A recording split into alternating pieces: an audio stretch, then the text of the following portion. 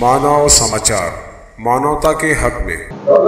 काल दिनांक 10/1/2024 रोजी आमचे पोस्टेचे पोहे क्षमाकांत बोरसे हे वॉरंट बजावणीकामी कर्जत हद्दीमध्ये होते। त्यावेळेस त्यांना गुप्त बातमीदाराकडून बातमी मिळाली की वैजापूरकडून एक इसम गावठी कट्टा घेऊन येत आहे। त्यावरून त्यांनी बोराजेंटी फॉरेस्ट विभागाच्या नाक्यावर नाकाबंदी केली। पंचासमक्ष त्यांना एक पिस्टल आणि 2 जिवंत काडतूस मिळालेले आहेत। आपल्या पोलीस स्टेशनला